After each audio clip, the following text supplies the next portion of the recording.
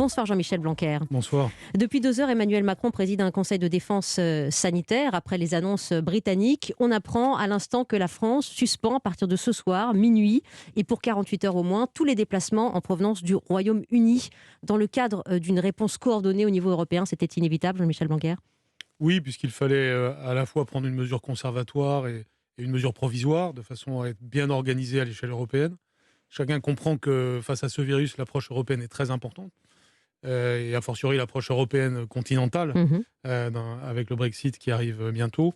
Et donc, il est normal de se donner le temps de prendre cette mesure conservatoire et d'avoir de la coordination européenne dans les 48 heures. On a le sentiment d'être dans une impasse jour après jour, de ne pouvoir en sortir. Cela renforce pour vous l'attente du vaccin, Jean-Michel Blanquer?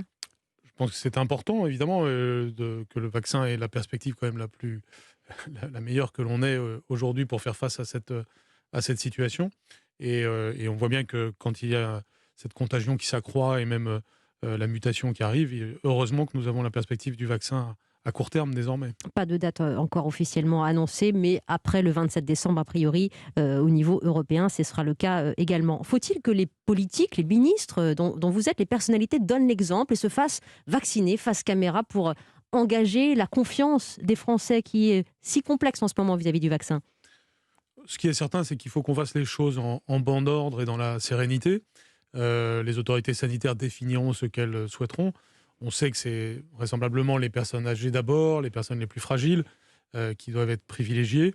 Moi, je suis tout à fait prêt à me faire vacciner publiquement si nécessaire, mais il faudrait que ça vienne au bon moment, puisque je n'appartiens pas à ces deux catégories. Mais en Bien tout cas, sûr, mais pour faire acte de pédagogie, là je parle au ministre si les aussi. autorités sanitaires me le demandent, je le fais dans les minutes qui suivent. Vous avez permis, Jean-Michel Blanquer, comme ministre de l'Éducation nationale, aux élèves de quitter l'école mercredi dernier pour respecter 8 jours d'isolement avant de rejoindre leur famille, les grands-parents notamment pour les fêtes, face à un Noël qui est beaucoup plus confiné, encadré en Italie ou en Allemagne. Vous assumez pleinement cette décision de détendre un petit peu les restrictions pour ces fêtes?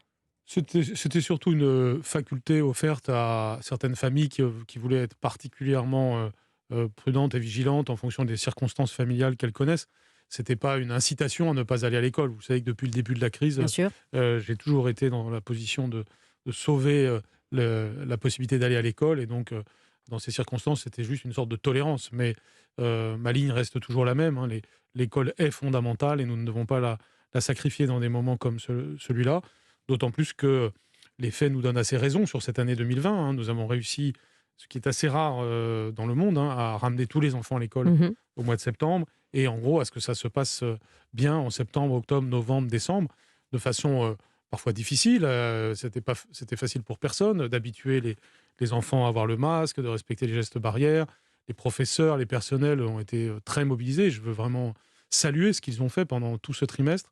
Et au bout du bout, on peut dire que c'est une belle victoire de l'éducation. Il faut maintenir cela, parce que mon enjeu, c'est qu'en 2020-2021, on ait une année scolaire aussi normale que possible, Oui. et je ferai tout pour cela. Depuis l'annonce de votre venue aujourd'hui sur Europe 1, un certain nombre de parents m'ont demandé de relayer leurs interrogations, notamment sur les réseaux sociaux et Twitter.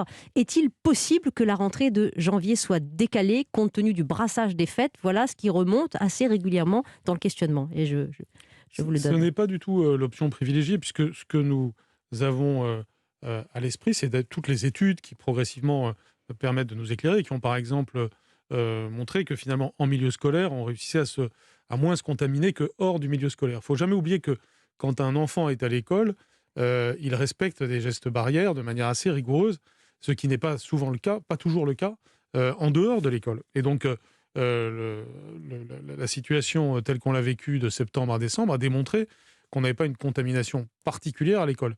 Par exemple, les professeurs ne sont pas une catégorie plus contaminée que les autres Mhm. de la population, c'est même un peu moins. Et on peut dire même de manière définitive que l'école n'est pas un cluster, pardon, pour faire la Et parenthèse. quand il peut arriver qu'une école le soit, et dans ces cas-là, nous le voyons et nous la fermons. Et nous en sommes capables. Mais nous avons fermé moins de 0,2% des écoles, collèges et lycées pendant tout ce trimestre. Donc nous avons des protocoles qui sont quand même bien définis, que nous faisons évoluer en fonction des circonstances. Donc nous sommes vigilants, nous sommes prudents, de façon à fermer quand c'est nécessaire, mais à ne pas tout fermer, parce que les inconvénients sont largement supérieurs aux avantages quand vous fermez tout. Tout serait prêt le cas échéant si une mutation du virus nous empêche de reprendre correctement les cours en présentiel pour la rentrée de janvier. Par définition, nous préparons toujours tous les scénarios, mais il faut plutôt se figurer les choses comme étant comme évoluant par des curseurs, si vous Mmh. voulez. C'est-à-dire que, regardez, au retour des vacances de la Toussaint, on a changé le curseur, notamment en permettant que les lycées, quand ils le souhaitaient, puissent se mettre en formule hybride. Complètement. Ça dépendait des circonstances de chaque lycée, puisque notamment les circonstances physiques de chaque lycée. Donc il faut se figurer ça comme un curseur qu'on fait évoluer, beaucoup plus que comme quelque chose de binaire qui est sur en marche ou en arrêt. C'est pas comme ça que, à mon avis, on doit fonctionner. Et donc on est prêt toujours à faire évoluer le curseur. J'espère surtout que bientôt, on pourra faire évoluer le curseur dans Dans l'autre l'autre sens, du sens. fait de l'amélioration de la situation générale.